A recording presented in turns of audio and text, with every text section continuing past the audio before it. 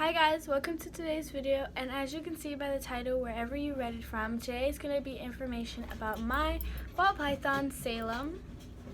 So if you want to learn more about ball pythons and everything you need to learn about them and how mine interacts with me, keep on watching because this is going to be a great video.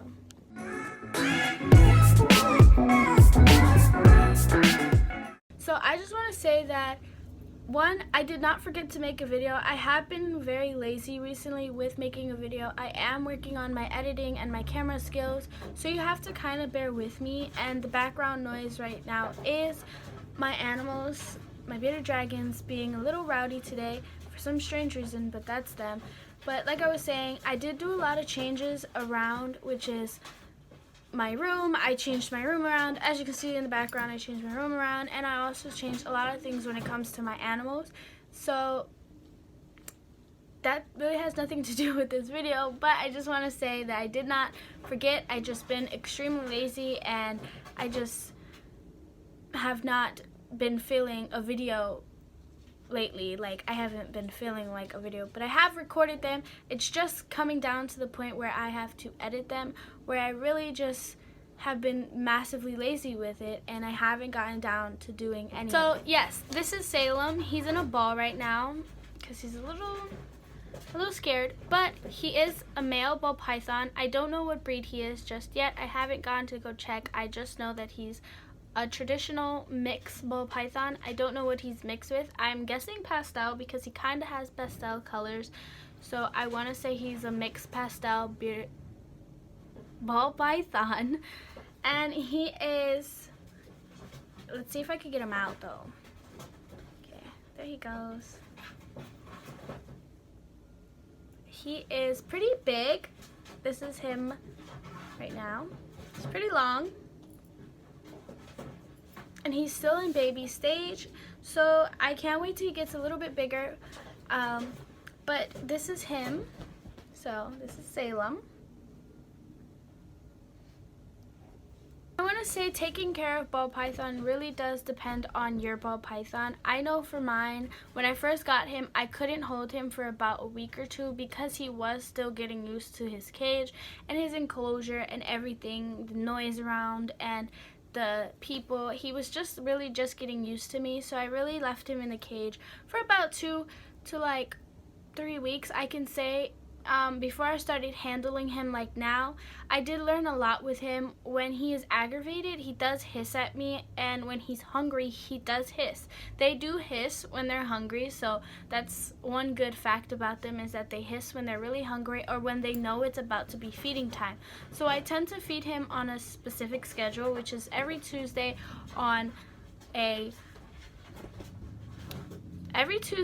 at 4 o'clock or somewhere around the 4 o'clock period. I just had a brain fart. But he just ate. It is Wednesday today, or no, it is Thursday today, and he did eat, so he's good now. But you do not want to hold him right after eating. It is very bad. So I advise you guys to put them back in the cage after feeding them, and feed them separate. So don't feed them inside the cage, but do feed them outside the cage. Now the question I get a lot is, what do I feed him? Do I feed him live or do I feed him frozen? At first he was on live, and then I slowly winged himself into frozen, where he can eat frozen. So at the moment he is eating frozen. And I feel like as his owner, it's more better for me because I am an emotional person when it comes to animals, hunting or feeding off of other things. Yes, I do know it's the circle of life, but I am a very emotional person. And when he first was eating live with me and rejected frozen, it kind of did hurt me. So I did make sure I did my research on frozen and live, which I find frozen is a better method when it comes to feeding them. So I chose to feed him frozen off of my own personal benefit for him. I felt like it was the right thing to do, so I gave him frozen. Now, many of y'all can feed your ball python live, frozen. It really doesn't matter, but there are some pros and cons with live and frozen. So I say if you want less of the cons, go to frozen. If you want more of the pros, go to live. Pros of lives is, yes, they do get a hunting skill, but cons are you don't really know what's inside that mouse, that live mouse. They could give your snake a pits and mitts and all these types of bacteria and bugs, because again, they are live, so they can give it to the snake and it can transport into the snake, which can cause your snake some very bad damages. Frozen, you can watch and monitor really much everything. Yes, it does come with bacteria. It's still alive. It could come with bacteria, but it's less bacteria, and it's a less chance of them getting sick, and a less chance of them really having to, basically just a less chance of them getting sick. Live also comes with risks. Again, it is a live animal. It will bite back. Every animal will bite back. If you don't want your animal getting bitten, I prefer going frozen, not live. I prefer going frozen because, it's dead, it's not going to bite back, it's safer for the animal. So it just really depends on what you guys feel like you guys can do for your animal. When it comes to taking care of them or where to put them in a hospitality, it is pretty simple. Right now, he's in a 5-gallon tank, which is back there, and all he has is a heating pad which goes under his tank, and it gives him heat through his belly, which is where they get heat, is through their belly. And he also has a UV light where he just gets like a little light in there, so it's not too dark for him and it's just right. So they're really simple to take care of. They feed, he's eating right now once a week, which is really good because now that he's on frozen, he has like 50 frozens, and all I have to do is give him one once a week. So feeding is simple, taking care of them is simple.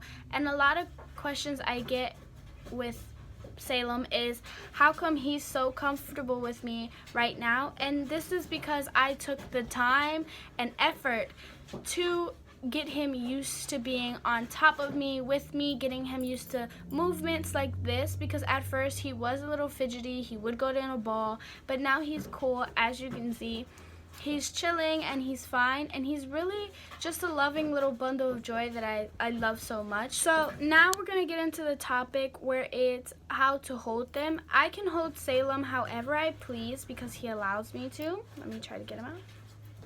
I can hold him however I please only because he allows me to. When you first start off, I advise you not to touch around his face area or his head. Salem lets me touch his head, as you can see. He doesn't really care, but don't touch his head. Their head. That's the most sensitive part of their body. They will freak out. He doesn't mind as much, but he still tends to flinch, but he doesn't mind me touching him if I touch him the right way. They're really simple. You can hold them however, but just make sure that their tail is always wrapped around you. Salem kind of gets used to being held like this or being on my neck. So it's really just however they want to be held, you hold them. Now, I know I feel like I'm jumping into topic. I'm just basically trying to get a lot of information out that comes in my head, so bear with me. Let's talk about shedding, which is the most important thing because you can get a good shed and a bad shed. Salem with me had a bad shed, as you can see on his head. I don't know if you can really tell, but as you can see on his head, he still has a little bit of shed there, which I have to help him take off if he doesn't take it off in the next day or so. But a good shed is where it comes off completely in one shed, no patches, no nothing. That is a good shed. That means you're feeding them properly, and that also means that their hospitality is great, their heating is great, and they're getting as much nutrition as they need. So in the cage, you would want to give them good hospitality. I don't think it's much of his feeding because he eats like he will die, so he's getting good feeding. I just think I haven't been putting a lot of water that he needs in his cage, which is the most important thing. So if you get a ball python, make sure you get a bowl of water where it fits their body. I am working on getting him a new bowl so he can soak his body, so I can get good sheds, but I really hope that he gets a good shed next shedding time. And they do shed in wholes, not in pieces. If they do shed in pieces like a bearded dragon would, then they're having a bad shed, and you have to soak them with water. And you can soak them with tap water as long as you put this chemical, well, it's not really a chemical, but it's like a conditioner for them that will help them with the shedding process. So right now he is on this, and I am giving him that, so hopefully we get a good shed. So ball python comes in sizes. Females do come in 5 feet to 6 feet, and males do come in 4 feet to 5 feet, depending on how well you feed them. Hopefully I will feed him enough to the point where he gets big but not obese.